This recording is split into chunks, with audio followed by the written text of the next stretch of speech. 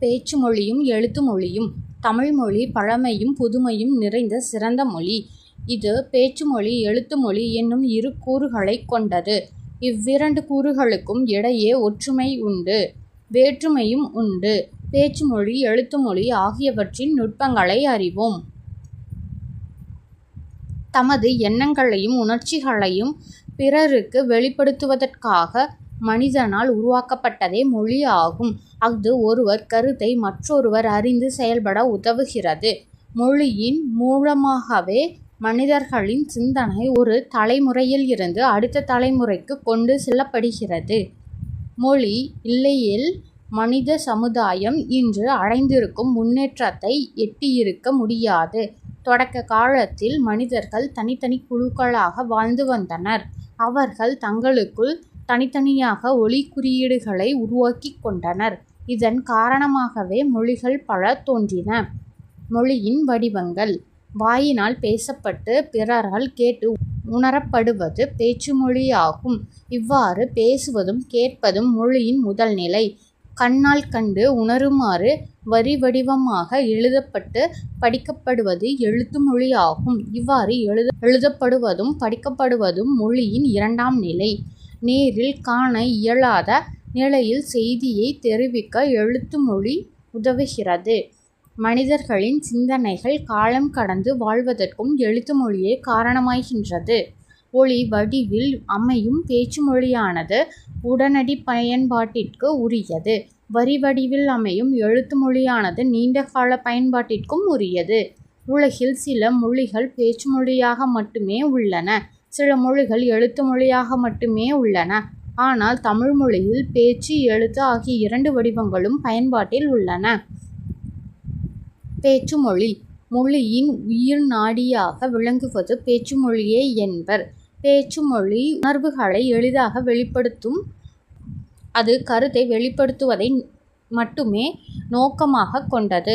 பேசப்படும் சொற்கள் மட்டுமன்றி பேசுபவரின் உடல் மொழி, ஒலிப்பதில் ஏற்ற இறக்கம் ஆகியனவும் பேச்சு மொழியின் சிறப்புக்கூறுகள் ஆகும்.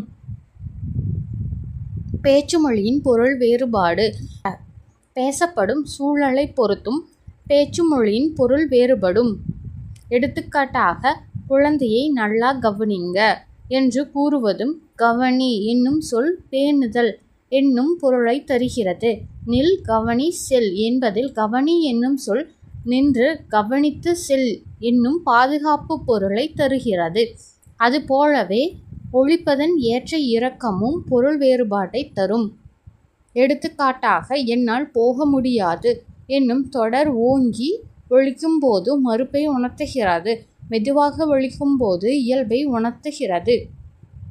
ஒரு தொடரில் எந்த சொல்லுக்கு அழுத்தம் கொடுக்கிறோமோ அதற்கேற்ப பேச்சு மொழியில் பொருளும் வேறுபடும். எடுத்துக்காட்டாக, நான் பறவையை பார்த்தேன் என்னும் தொடரில் நான் என்னும் சொல்லுக்கு அழுத்தம் கொடுத்தால் பறவையை பார்த்தது யார் என்னும் வினாவுக்கு விடையாக அமையும்.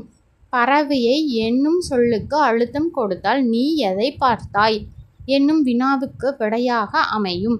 பார்த்தேன் என்னும் சொல்லுக்கு அழுத்தம் கொடுத்தால் நீ பறவையை என்ன செய்தாய் என்னும் வினாவுக்கு விடையாக அமையும். இவ்வாறு சொல்லை ஒலிப்பதில் ஏற்படும் ஏற்ற இறக்கத்தால் பொருள் வேறுபடும் என்பதை எடுத்தல் படுத்தல் நலிதல் உலப்பில் திரிபும் தத்தமிழ் சிறிது உளவாகும் என்னும் நன்னூல் நூற்பா உணர்த்துகிறது. தெரிந்து தெளிவோம். பேசப்படுவதும் கேட்கப்படுவதுமே உண்மையான மொழி. எழுதப்படுவதும் படிக்கப்படுவதும் அடுத்த நிலையில் வைத்து கருதப்படும் மொழியாகும். இவையே அன்றி வேறு வகை மொழி நிலைகளும் உண்டு. எண்ணப்படுவது, நினைக்கப்படுவது, கனவு காணப்படுவது ஆகியவையும் மொழியே ஆகும். மு. வரதராசனார். வட்டார மொழி. பேச்சு மொழி இடத்திற்கு இடம் மாறுபடும். மனிதர்களின் வாழ்வியல் சூழலுக்கு ஏற்பவும் மாறுபடும். இவ்வாறு மாறுபடும் ஒரே மொழியின் வெவ்வேறு வடிவங்களை வட்டார மொழி என்பர். எடுத்துக்காட்டாக, இருக்கிறது என்னும் சொல்லை இருக்கு, இருக்குது, இக்குது என்று தமிழகத்தின் ஒவ்வொரு பகுதியிலும் ஒவ்வொரு வகையாக சொல்லுவர். இத்தகைய வேறுபாடுகள் காரணமாகவே வட்டார வழக்குகள் தோன்றுகின்றன. கிளைமொழி: ஒரே மொழியை பேசும் மக்கள் வெவ்வேறு இடங்களில் வாழ்வதும் உண்டு. வாழும் இடத்தின் நில அமைப்பு, இயற்கை தடைகள் போன்றவற்றின் காரணமாக அவர்கள் பேசும் மொழியில் சிறிது சிறிதாக மாற்றங்கள் ஏற்படும். அவர்களுக்கு இடையேயான தொடர்பு குறையும் பொழுது இம்மாற்றங்கள் மிகுதியாகி புதிய மொழியாக பிரியும். அவ்வாறு உருவாகும் புதிய மொழியை கிளைமொழி என்பர். கன்னடம், தெலுங்கு, மலையாளம் முதலிய திராவிட மொழிகள் தமிழில் பிரிந்து சென்ற கிளைமொழிகள் ஆகும். எழுத்து மொழி: பேச்சு மொழிக்கு நாம் தந்த வரி வடிவமே எழுத்து மொழி ஆகும். ஒரு மொழியானது நீண்ட காலம் நிலை பெறுவதற்கு எழுத்து வடிவம் இன்றியமையாதது. பல நூறு ஆண்டுகளுக்கு முற்பட்ட இலக்கியங்கள் எழுத்து வடிவில் இருப்பதால்தான் நம்மால் இன்றும் படிக்க முடிகிறது. எழுத்து மொழியில் காலம், இடம் ஆகியவற்றிற்கு ஏற்ப சொற்கள் சிதைவதில்லை. ஆனால் வரி வடிவம் மாறுபடும்.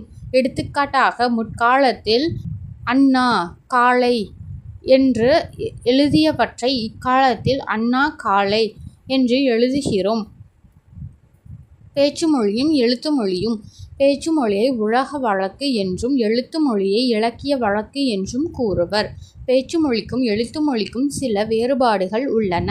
பேச்சு மொழியில் சொற்கள் பெரும்பாலும் குறுகி ஒலிக்கும். எழுத்து மொழியில் சொற்கள் முழுமையாக எழுதப்படும். எடுத்துக்காட்டாக, நல்லா சாப்பிட்டான் என்பது பேச்சு மொழி, நன்றாக சாப்பிட்டான் என்பது எழுத்து மொழி. பேச்சு மொழியில் உணர்ச்சி கூறுகள் அதிகமாக இருக்கும். எழுத்து மொழியில் உணர்ச்சி கூறுகள் குறைவு. வந்து போன்றவற்றை சொற்களுக்கு இடையே பொருளின்றி பேசுவது உண்டு. ஆனால் எழுத்து முறையில் இவை இடம் பெறுவது இல்லை.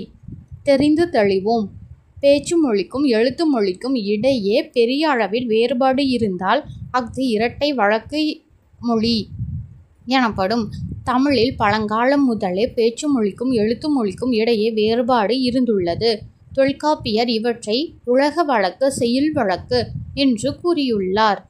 பேச்சு மொழியில் உடல் மொழியும் குரல் ஏற்றத்தாழ்வும் இணைவதால் அஃது எழுத்து மொழியை விட எளிமையாக கருத்தை உணர்த்துகிறது.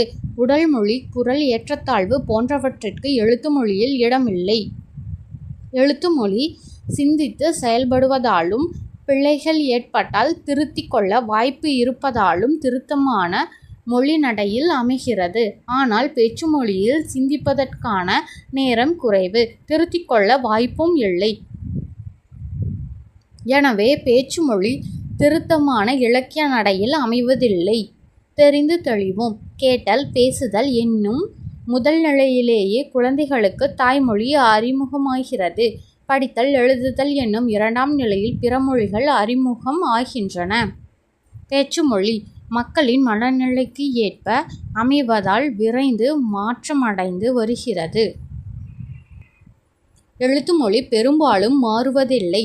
மேலும் பேச்சு மொழியில் பிற மொழி சொற்கள் மிகுதியாக இடம்பெறுகின்றன. ஆனால் எழுத்து மொழியில் பெரும்பாலும் மொழி தூய்மை பேணப்படுகிறது. பேச்சு மொழியில் எழுத்துக்களை மாற்றி ஒலிப்பதும் உண்டு.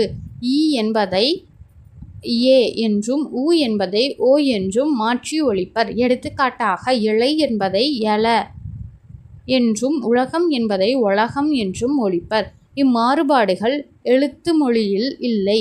ஒரு மொழி உயிர்ப்போடு வழங்குவதற்கு பேச்சு மொழியும், காலம் கடந்து வாழ்வதற்கு எழுத்து மொழியும் தேவைப்படுகின்றன. இவ்விரு வடிவங்களையும் சரியாக அறிந்து கொண்டால் மொழியின் நுட்பங்களை புரிந்து கொள்ள முடியும். தமிழில் பேச்சு மொழிக்கும் எழுத்து மொழிக்கும் இடையே வேறுபாடு உண்டு. எனவே தமிழை இரட்டை வழக்கு மொழி என்பர். மேடை பேச்சிலும் வானொலி, தொலைக்காட்சி போன்ற ஊடகங்களிலும் எழுத்து மொழியாகிய இலக்கிய தமிழே பயன்பட்டு வந்தது. ஆனால் இக்காலத்தில் அந்நிலை பெரும்பாலும் மாறிவிட்டது. பேச்சு மொழி பரவலாக பயன்படுத்தப்பட்டு வருகிறது. தெரிந்து தெளிவோம்: இக்காலத்தில் புதிய அறிவியல் கண்டுபிடிப்புகள் மூலம் சான்றோர்களின் உரைகள் ஒலிப்பதிவு மற்றும் ஒலிப்பதிவு செய்யப்படுகின்றன. இதன் காரணமாக பேச்சு மொழியும் நீண்ட காலம் நிலைத்து நிற்கும் நிலை ஏற்பட்டுள்ளது.